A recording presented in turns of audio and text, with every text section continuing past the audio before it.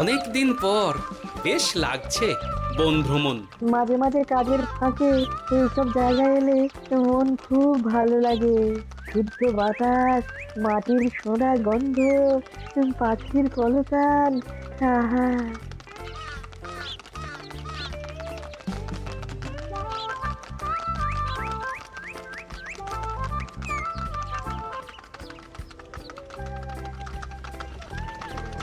মহারাজের রথ থামছে। আমরা এইখানে বসে আজ রাজকার্য পরিচালনা করব। মন্ত্রী, তুমি ঝটপট এখানে বসার বন্দোবস্ত করে দাও। আমি এক্ষুনি ব্যবস্থা করে দিচ্ছি মহারাজ। এই এখানেই আমাদের বসার জন্য ছাউনি করে দাও। এক্ষুনি করে দিচ্ছি মন্ত্রী মশাই। এরা বসার জায়গাটা করে দিক, ততক্ষণ আমরা একটু হেঁটে আসি।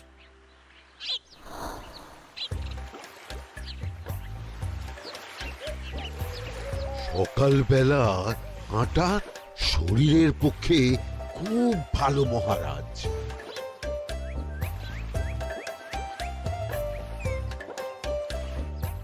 আগেকার দিনে রাজা মহারাজরা এই সব বনে মৃগয়া করতে আসতেন।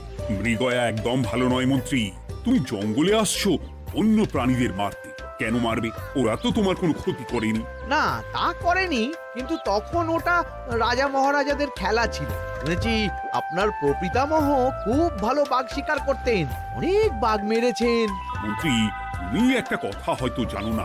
আমার প্রপিতামহ শিকার করতেন, কিন্তু কোনো স্বাভাবিক জানোয়ারকে নয়। যে বাঘ মানুষ খেকো হয়ে প্রজাদের ক্ষতি করত, আমার প্রপিতামহ সেই সমস্ত বাঘদেরই মারতেন। এছাড়া উনি বন্য প্রাণী সংরক্ষণ করতে বড়ই ভালোবাসতেন।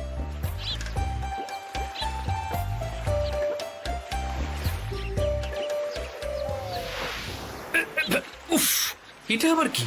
এই এটা আবার কোথা থেকে উড়ে এলো? কোথাও তো ঝড় হাওয়া কিছুই নেই।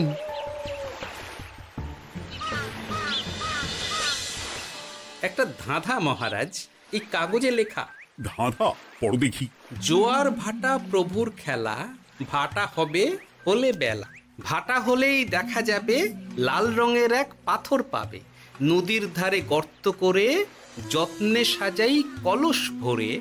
হেথায় হোথায় ছড়িয়ে যাহা, অন্ধকারে জলে তাহা। ঢুকলে চক্ষু ঝলসে যাবে, হাতের কাছে ঘন্টা পাবে। ঠিক ঘন্টা বাজলে পরে পড়বে ঝরে থরে থরে। ঘন্টা যদি হয় ভুল, যেন তুমি হারাবে কুল। ঠিক ঘন্টা চিনতে হলে নকশা দেখো চক্ষু খুলে।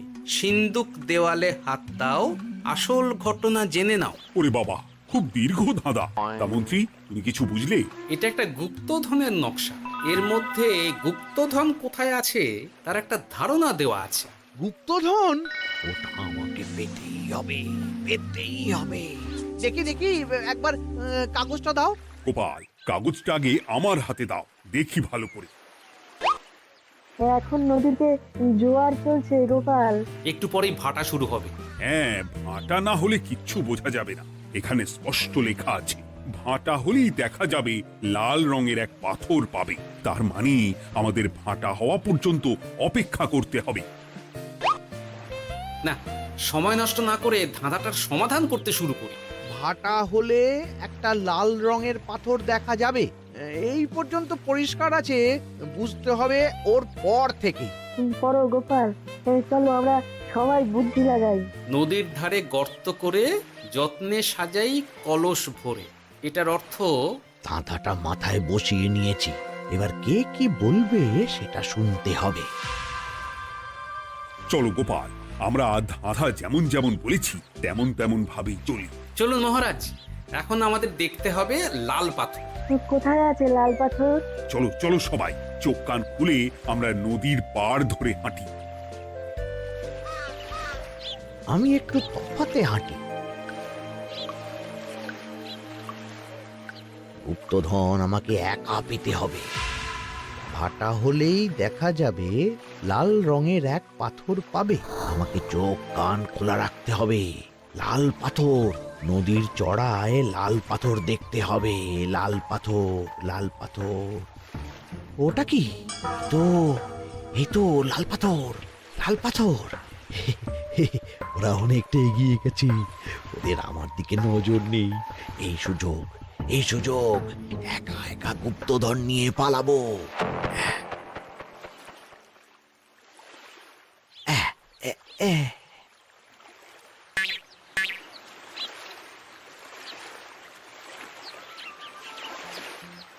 কি গো, আমরা তো হেঁটেই চলেছি, লাল পাথর তো কই দেখতে পাচ্ছি না।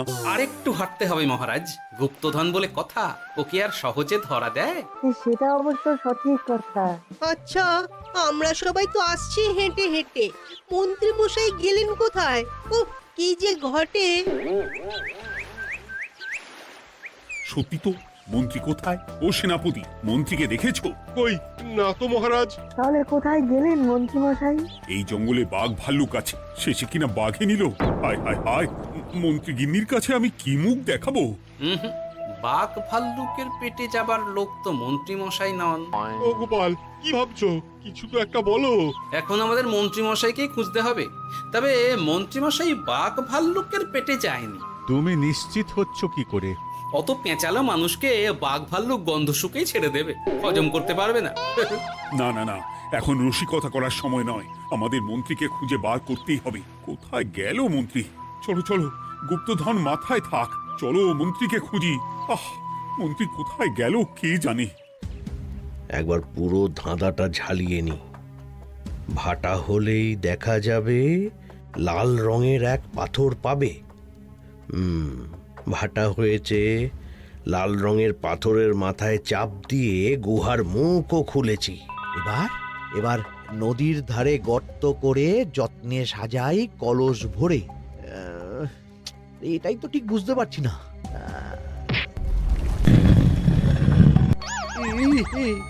এই রে, এবার কি হবে? হ্যাঁ, মহারাজ, কোথাও একটা আওয়াজ হলো। এই, আওয়াজটা কোন দিক থেকে হলো? চলুন সামনে এগিয়ে যাই। আমার মনে হয় আওয়াজটা সামনের দিক থেকে এলো। আমারও তাই মনে হলো। তবে কি মন্ত্রী মশাই লাল পাথরের হদিশ পেয়ে গেছেন? আমাদের চোখে পড়লো না, অথচ মন্ত্রী মশাইয়ের চোখে পড়ে গেল। আসলে আমরা কথা বলতে বলতে গেছি, তাই নজরে পড়েনি। মন্ত্রী মশাই একা একা আমাদের পেছন পেছন আসছিলেন। উনি ইচ্ছে করেই আমাদের পেছনে পেছনে আসছিলেন। নিজে একা গুপ্তধন নিয়ে যেতে চেয়েছিলেন, এখন কোথায় আছেন কে জানে।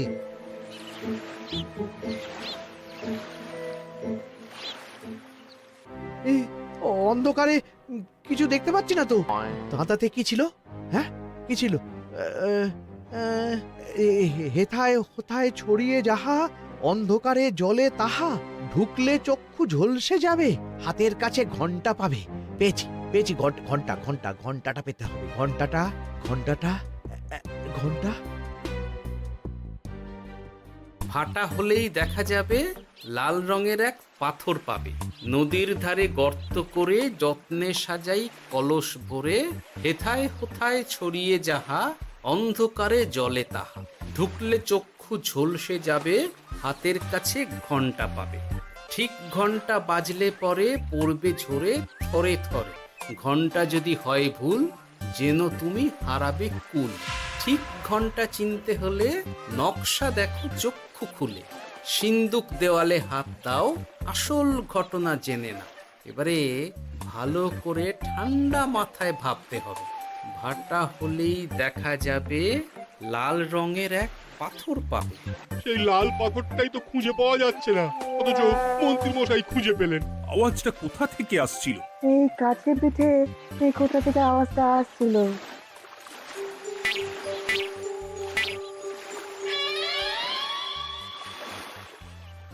এই তো, এটাই মনে হয় সেই লাল পাথর।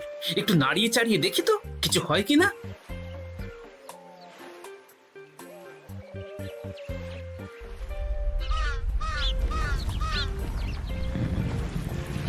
এই তো, কাজ হয়েছে। এই তো সুড়ঙ্গ। আপনারা নিচে নামুন।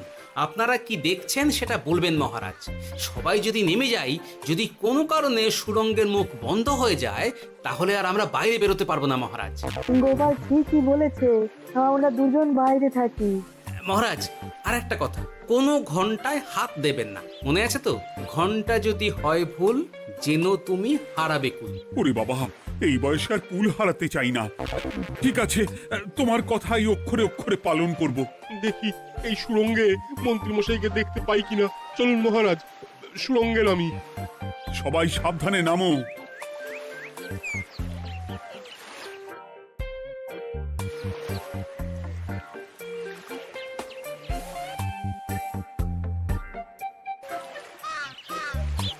মহারাজ, ওখানে কি কি দেখতে পাচ্ছেন? ওখানে কি মন্ত্রী মশাই আছেন? না গোপাল, মন্ত্রীকে এখনো দেখতে পাইনি। শুধু আমি এখানে অজস্র পাথর দেখতে পাচ্ছি।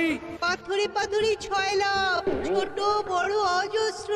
পাথরগুলো বড় অদ্ভুত, কিরকম কিরকম মানুষ মানুষ গড়ন। লম্বা বেঁটে হরেক রকম। মানুষ মানুষ গরম, সেটা কি রকম? আর কিছু? কোনো কলসি কি দেখতে পাচ্ছেন? কলসি তো দেখতে পাচ্ছি না।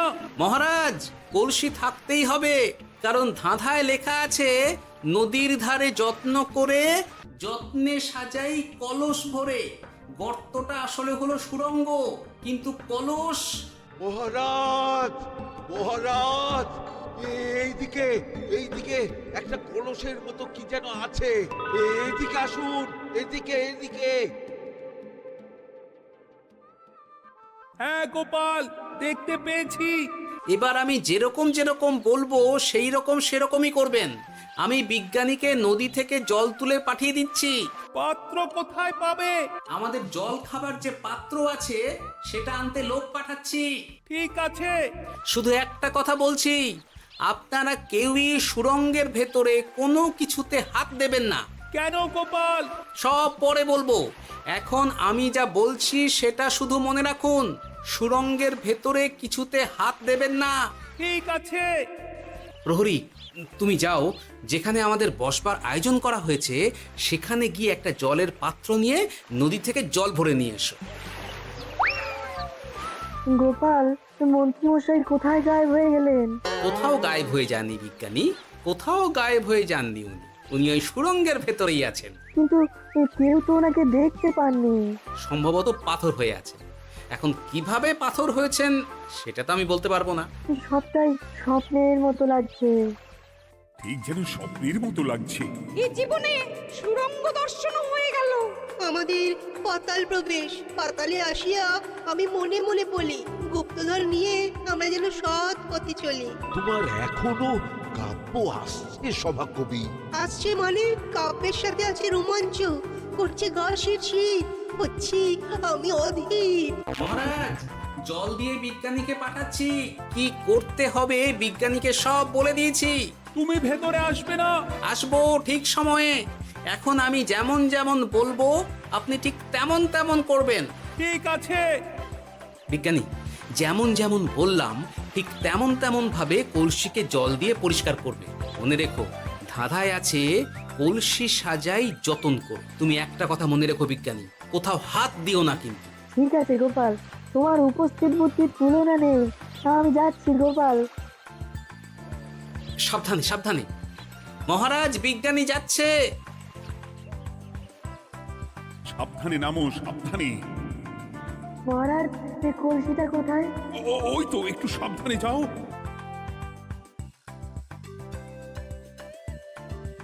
বিজ্ঞানী, কলসির দেখা পেয়েছো? পেয়েছি পেয়েছি পেয়েছি। এবারে কলসিটাকে ভালো করে জল দিয়ে ধুয়ে দাও। কলসির আলোয় সুড়ঙ্গ আলোকিত গোপাল। এরপর কি? ভালো করে দেখুন মহারাজ, কোথাও ঘন্টা দেখতে পাচ্ছেন কিনা। ঘন্টা একটা তো নয়, সার সার ঘন্টা, অনেকগুলো ঘন্টা। সাবধান, ঘন্টায় হাত দেবেন না, শুধু দেখুন।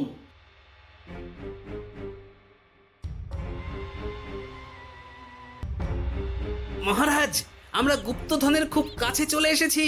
তাই নাকি? কি মজা কি মজা, এবার খাবো ক্ষীরের গজা। আহ, সভাকবি চুপ করো। এখনো আমরা গুপ্তধন পাইনি। পাওয়ার মুখে দাঁড়িয়ে। সবগুলো তারা আঁকা। বিজ্ঞানী, কোন ঘন্টায় চাঁদের নকশা করা আছে কি? একটু দেখে বলো না। আমি আতস কাজ নিয়েই দেখছি, সব ঘন্টাতেই তারা আঁকা। খবরদার, কোনো ঘন্টাকেই ছোঁবে না। ঠিক আছে, কোনো কিছু না ছুঁয়ে আমি দেখছি। পেয়েছি গোপাল, চাঁদ আঁকার ঘন্টা পেয়েছি। ওই ঘন্টাটা বাজাও, বাজাও।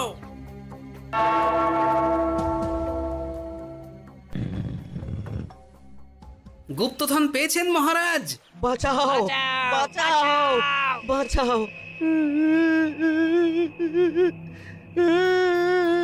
বাঁচান মহারাজ, বাঁচান বিজ্ঞানী, মহারাজ, মন্ত্রীর গলা পাচ্ছ না? মহারাজ, আমি পাথর হয়ে আছি, আমাকে মানুষ করুন মহারাজ। তুমি তো মানুষই ছিলে, হঠাৎ করে পাথর হলি কেন? মহারাজ, গুপ্তধন পেয়েছেন? পেয়েছি, তার সাথে মন্ত্রীকেও পেয়েছি। মন্ত্রী এইখানে কোথাও পাথর হয়ে দাঁড়িয়ে আছে। দাঁড়ান মহারাজ, এবার আসছি। সাবধানে এসো। আমি ভেতরে যাচ্ছি, বুঝলে? যদি কোনো কারণে দেখো পাথরটা গুহার মুখটা আটকে দিয়েছে, অমনি তোমাদের কাজ হলো পাথরটাকে ছুঁয়ে ফেলা, বুঝলে? ঠিক আছে গোপাল দাদা। আমার মনে হয় বিপদ আর কিছু ঘটবে না, তবুও সাবধানের তো মান নেই। ঠিক আছে, তুমি নিশ্চিন্তে ভেতরে যাও। বাঁচাও, আমাদের বাঁচাও, আমাদের সবাইকে মানুষ করুন। আমাকে মানুষ করুন মহারাজ। আপনাকে তো মানুষ করা হবে মন্ত্রী মশাই। আগে বলুন, আপনি পাথর হলেন কি করে? ও, মনে পড়েছে, ধারার শেষ লাইন, সিন্দুক দেওয়ালে হাত দাও, আসল খবর জেনে না। সত্যি গোপাল, তুমি না থাকলে এই এত কিছু আমাদের সবার কাছে অজানাই থেকে যেত।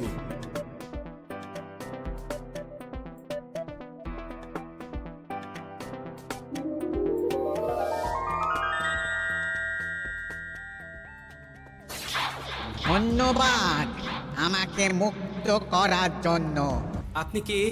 আমি যক্ষ।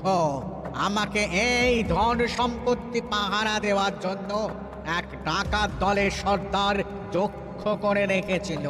আমি 100 বছর ধরে এইখানে যক্ষ হয়ে আছি। আমি তোমার জন্য মুক্ত হলাম গোপাল। এই সম্পত্তি তোমার গোপাল। সম্পত্তি নিয়ে আমি কি করব? আমি এই সব সম্পত্তি মহারাজকে দান করলাম, রাজ্যের অনেক কাজ হবে। তুমি ধন্য গোপাল, তুমি ধন্য। এবার আমার যাবার সময় এসেছে, আমাকে যেতে হবে। যাবার আগে এই পাথরগুলোকে মানুষ করে যান। এরা সব লোভী। আমি আমার সীমিত ক্ষমতায় এই গুপ্ত ধনের ধাঁধাকে এখানে যারাই ভ্রমণ করতে আসে তাদের হাতে তুলে দিই, কিন্তু কেউ এই ধাঁধার সমাধান করতে পারে না।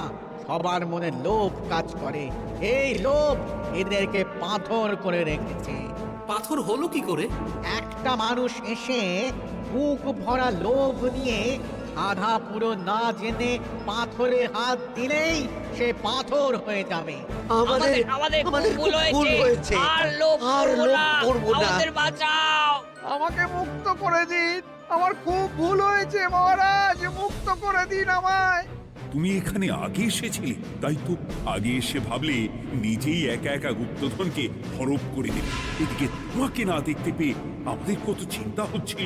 যারা লোভী তারা কারো কথা ভাবে না, শুধু নিজের কথা ভাবে। আমাকে আর একটা সুযোগ দিন, আমি আর লোভ করব না মহারাজ। তোমার কথার কোনো দামই নেই। না মহারাজ, আমাকে আর একটা সুযোগ দিয়ে দেখুন, আমি আর লোভ করব না, আমাকে মানুষ করুন মহারাজ। আমাদের সবাইকে মানুষ করুন, দয়া করে মানুষ করুন। যক্ষরাজ, এদের আপনি ক্ষমা করে দিন। ঠিক আছে, তোমাদের আবার মানুষ করে দিচ্ছি।